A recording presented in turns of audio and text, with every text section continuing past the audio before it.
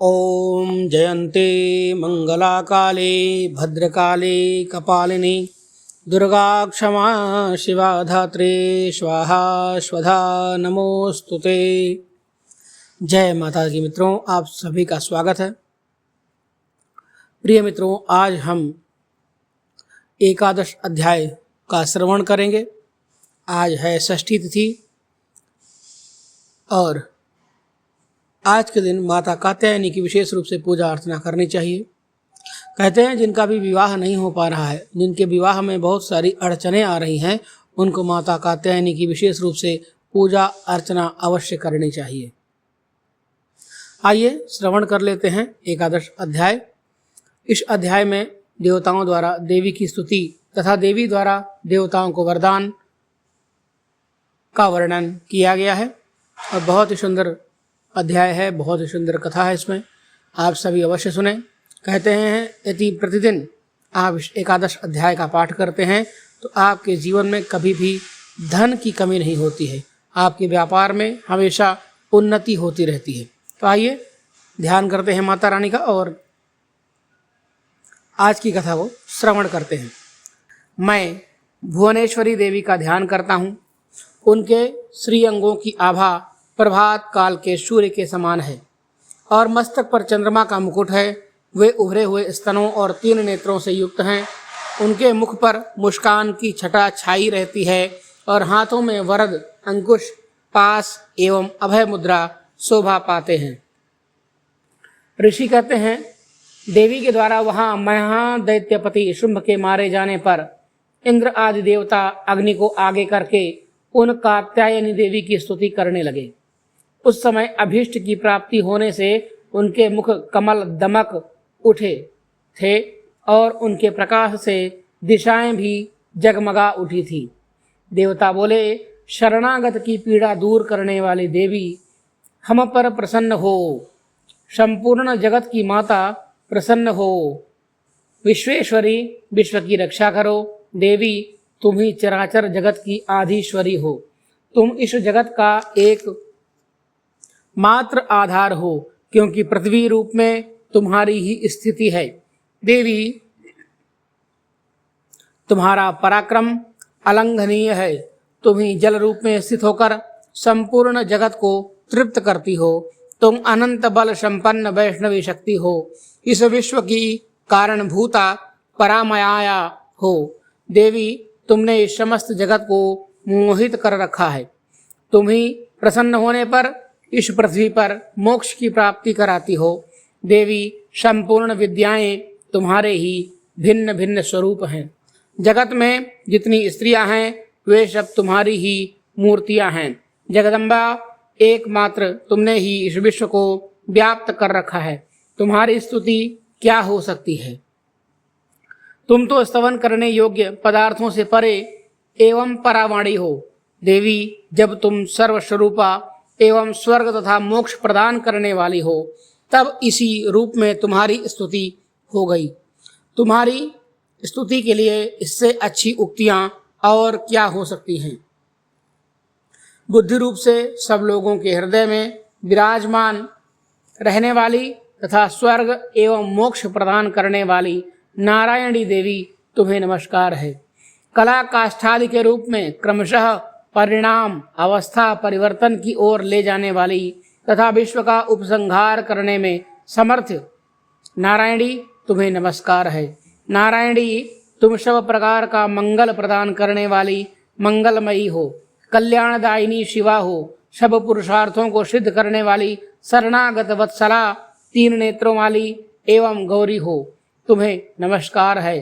तुम सृष्टि पालन और संहार की शक्तिभूता सनातनी देवी, गुणों का आधार तथा सर्वगुणमयी हो। नारायणी, तुम्हें नमस्कार है। शरण में आए हुए दीनों एवं पीड़ितों की रक्षा में संलग्न रहने वाली तथा सबकी पीड़ा दूर करने वाली नारायणी देवी, तुम्हें नमस्कार है। नारायणी, तुम ब्रह्माणी का रूप धारण करके हंसों से जुते हुए विमान पर बैठती तथा कुछ मिश्रित जल छिड़कती रहती हो। तुम्हें नमस्कार है। माहेश्वरी रूप से त्रिशूल, चंद्रमा एवं सर्प को धारण करने वाली तथा महान वृषभ की पीठ पर बैठने वाली नारायणी देवी, तुम्हें नमस्कार है। मोरों और मुर्गों से घिरी रहने वाली तथा महाशक्ति धारण करने वाली कौमारी रूप धारिणी निष्पापे नारायणी, तुम्हें नमस्कार है। शंख चक्र गदा और सारंग धनुष रूप उत्तम आयुधों को धारण करने वाली वैष्णवी शक्ति रूपा नारायणी, तुम प्रसन्न हो, तुम्हें नमस्कार है। हाथ में भयानक महाचक्र लिए और दाढ़ों पर धरती को उठाए वाराही रूप धारिणी कल्याणमयी नारायणी, तुम्हें नमस्कार है। भयंकर नृसिंह रूप से दैत्यों के वध के लिए उद्योग करने वाली तथा त्रिभुवन की रक्षा में संलग्न रहने वाली नारायणी, तुम्हें नमस्कार है। मस्तक पर किरीट और हाथ में महावज्र धारण करने वाली, सहस्र नेत्रों के कारण उद्दीप्त दिखाई देने वाली और वृत्रासुर के प्राणों का अपहरण करने वाली इंद्र शक्ति स्वरूपा नारायणी देवी, तुम्हें नमस्कार है। शिवदूती रूप से दैत्यों की महती सेना का संहार करने वाली, भयंकर रूप धारण कर विकट गर्जना करने वाली नारायणी, तुम्हें नमस्कार है। दाढ़ों के कारण विकराल मुख वाली, मुंडमाला से विभूषित मुंडमर्दिनी चामुंडा रूपा नारायणी, तुम्हें नमस्कार है। लक्ष्मी लज्जा महाविद्या श्रद्धा पुष्टि सुधा ध्रुवा महारात्रि तथा महा अविद्या रूपा नारायणी, तुम्हें नमस्कार है। मेधा सरस्वती वरा श्रेष्ठा भूति ऐश्वर्य रूपा बाभ्रवी भूरे रंग की अथवा पार्वती तामसी महाकाली नियता संयम परायणा तथा ईशा सबकी आधीश्वरी रूपिणी नारायणी, तुम्हें नमस्कार है। सर्वस्वरूपा सर्वेश्वरी तथा सब प्रकार की शक्तियों से संपन्न दिव्य रूपा दुर्गे देवी, सब भयों से हमारी रक्षा करो, तुम्हें नमस्कार है। कात्यायनी, यह तीन लोचनों से विभूषित तुम्हारा सौम्य मुख सब प्रकार के भयों से हमारी रक्षा करे, तुम्हें नमस्कार है। भद्रकाली, ज्वालाओं के कारण विकराल प्रतीत होने वाला अत्यंत भयंकर और समस्त असुरों का संहार करने वाला तुम्हारा त्रिशूल भय से हमें बचाए, तुम्हें नमस्कार है। देवी, जो अपनी ध्वनि से संपूर्ण जगत को व्याप्त करके दैत्यों के तेज नष्ट किए देता है, वह तुम्हारा घंटा हम लोगों की पापों से उसी प्रकार रक्षा करे जैसे माता अपने पुत्रों के बुरे कर्मों से रक्षा करती हैं। चंडिके, तुम्हारे हाथों में सुशोभित खड्ग जो असुरों के रक्त और चर्बी से चर्चित है, हमारा मंगल करे, हम तुम्हें नमस्कार करते हैं। देवी, तुम प्रसन्न होने पर सब रोगों को नष्ट कर देती हो और कुपित होने पर मनोवांछित सभी कामनाओं का नाश कर देती हो। जो लोग तुम्हारी शरण में जा चुके हैं उन पर विपत्ति तो आती ही नहीं है। तुम्हारी शरण में गए हुए मनुष्य दूसरों को शरण देने वाले हो जाते हैं। हे देवी अंबिके, तुमने अपने स्वरूप को अनेक भागों में विभक्त करके नाना प्रकार के रूपों से जो इस समय इन धर्मद्रोही महादैत्यों का संहार किया है, वह सब दूसरी कौन कर सकती थी। विद्याओं में ज्ञान को प्रकाशित करने वाले शास्त्रों में तथा आदि वाक्य वेदों में तुम्हारे सिवा और किसका वर्णन है, तथा तुमको छोड़कर दूसरी कौन ऐसी शक्ति है जो इस विश्व को अज्ञानमय घोर अंधकार से परिपूर्ण ममता रूपी गड्ढे में निरंतर भटका रही हो। जहाँ राक्षस, जहाँ भयंकर विष वाले सर्प, जहाँ शत्रु, जहाँ लुटेरों की सेना और जहाँ दावानल हो, वहाँ तथा समुद्र के बीच में भी साथ रहकर तुम विश्व की रक्षा करती हो। विश्वेश्वरी, तुम विश्व का पालन करती हो, विश्वरूपा हो इसलिए विश्व को धारण करती हो। तुम भगवान विश्वनाथ की भी वंदनीय हो। जो लोग भक्तिपूर्वक तुम्हारे सामने मस्तक झुकाते हैं वे संपूर्ण विश्व को आश्रय देने वाले होते हैं। देवी, प्रसन्न हो। जैसे इस समय असुरों का वध करके तुमने शीघ्र ही हमारी रक्षा की है, उसी प्रकार हमें शत्रुओं के भय से बचाओ। संपूर्ण जगत का पाप नष्ट कर दो और उत्पात एवं पापों के फलस्वरूप प्राप्त होने वाली महामारी आदि बड़े बड़े उपद्रवों को भी शीघ्र दूर करो। विश्व की पीड़ा दूर करने वाली देवी, हम तुम्हारे चरणों पर पड़े हुए हैं, हम पर प्रसन्न हो। त्रिलोक निवासियों की पूजनीया परमेश्वरी, हम लोगों को वरदान दो। देवी बोली, देवताओं, मैं वरदान देने को तैयार हूँ।